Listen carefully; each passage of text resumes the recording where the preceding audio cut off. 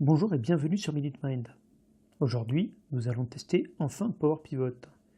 Alors, comment nous y prendre? 1. On va voir comment installer Power Pivot et 2. On va repartir de l'exemple étudié lors de la précédente vidéo. Allons valider comment installer Power Pivot. J'ouvre Excel, je vais dans Fichier, Options, Compléments.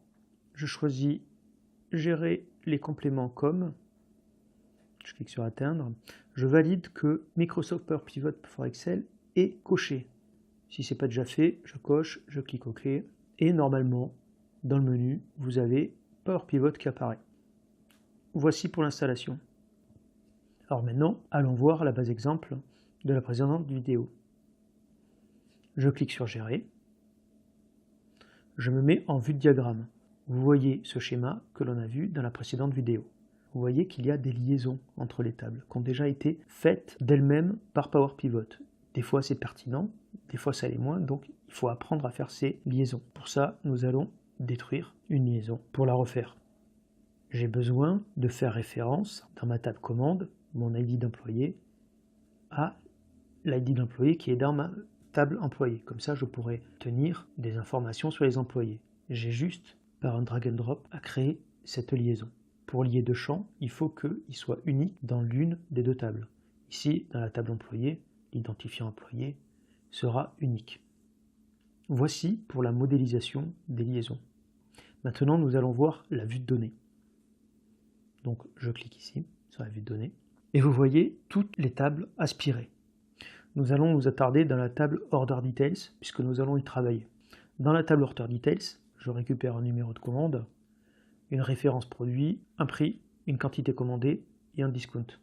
Je vais commencer par créer une colonne calculée. Je vais créer cette colonne que je vais nommer Value. Et je vais créer ma première formule. Donc je vais dire que c'est égal à Unit Price. Je valide par un tab, multiplié par Quantity, multiplié par 1 moins Discount. Je valide par un trait. Voici comment se formalise une colonne calculée. Maintenant, je vais m'attaquer aux mesures. Mais dans la partie basse du tableau, et je vais créer ma première mesure que je vais appeler mValue. Juste après, je vais faire 2 points égales, et je vais lui dire que c'est la somme de Order Details Value. Je vais créer une autre mesure qui va être la somme des quantités vendues. Donc je vais l'appeler mQuantity.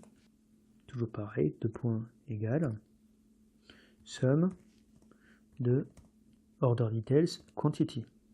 Enfin, et vous allez mieux apprécier pourquoi c'est intéressant de créer des mesures, nous allons créer une mesure qui retrace le prix moyen. Average Price, 2 points égales, et là je vais faire un calcul de mesures. Je vais prendre le total valorisé, donc c'est mValue, divisé par le total des quantités. Je valide. Nous avons créé 3 mesures, créé une colonne calculée. Nous arrivons au bout de notre modélisation. Power Pivot n'est pas Excel, c'est une extension d'Excel.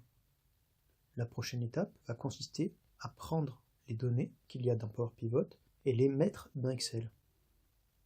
Je vous donne rendez-vous pour une prochaine vidéo. Au revoir.